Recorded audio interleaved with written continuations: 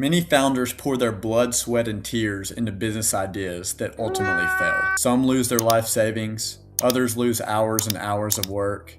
Regardless, it's not a fun experience. Now imagine getting beat out by someone who literally sold rocks, and not commercially, but as a toy. The Pet Rock, introduced in 1975, was billed as the 70s alternative to men's best friend.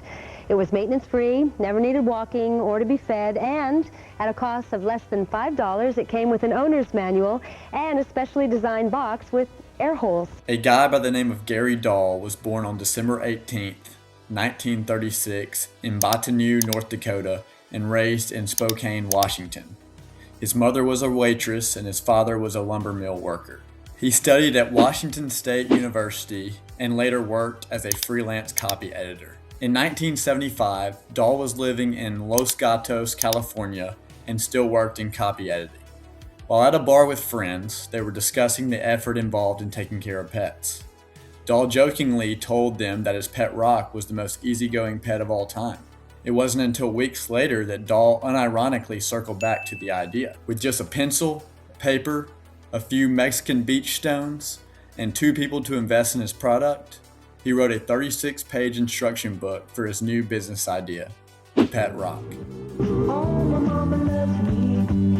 Hey, who'd have thought I'd have bought a rock?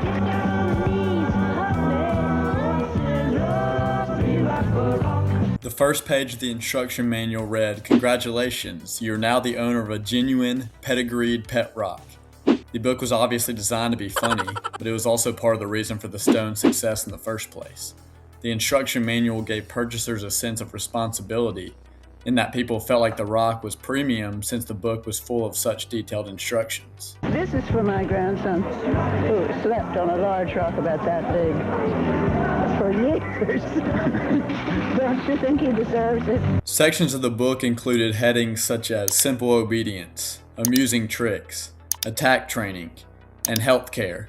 The pet rocks were packaged in custom designed boxes, complete with straw beds, breathing holes, and of course the care instructions, making each pet rock feel like a genuine, living pet. Dahl's largest expense was the die cutting and manufacture of the boxes. The rocks cost only 1 cent each, and the straw was nearly free. For the initial run of booklets, Dahl had a printing job for a client and tacked the pet rock booklet onto the main job. This resulted in a batch requiring only a cut and trim at almost no cost to him. Dahl began selling the rocks in August in Los Gatos, California for $3.95, which is around $18 in today's money. We mailed our first pet rocks to the stores October 1st, and by Christmas we'll have sold well over 1 million units. Just 2 months later, he was selling 10,000 rocks a day in the lead up to the holiday season. These are the show rocks, Jim. As you can see, these are very elegant, what we call our blue ribbon collection. Now, I would say that our pedigreed rocks here are very feisty. Well, I'm going to do what the book says, take it home and give it a lot of love and make a nice place for it in the kitchen. Our rock wouldn't be happy in a carrier such as we sell what we might call the mongrel rock in. Right. And this is up to the customer, what kind of a home they want to make for the rock. The idea is genius when you think about it. What's a better gag gift than a pet rock, complete with custom designed boxes with breathing holes, a straw bed, and an irrationally long, that's what she said, 36-page instruction manual for a rock. The craze made Dahl a minor celebrity. It was widely covered in the media.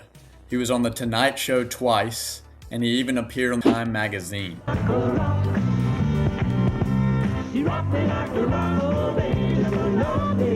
Celebrities like Johnny Carson and Ronald Reagan were proud owners of the pet rock, and the product became a pop culture sensation. He was receiving so many calls that he told his PR guy to impersonate him just so he could answer his calls. Sadly, the fad only lasted half a year. The product's investors took Dahl to court and made him pay additional compensations, and by February 1976, the rocks were not selling well. But it was enough to make Dahl a millionaire. He sold an estimated 1.3 to 1.5 million rocks at $3.95 a piece. Not too bad for a rock in 1975. Now, if you want to start a business just like Gary Dahl did, I can help with that.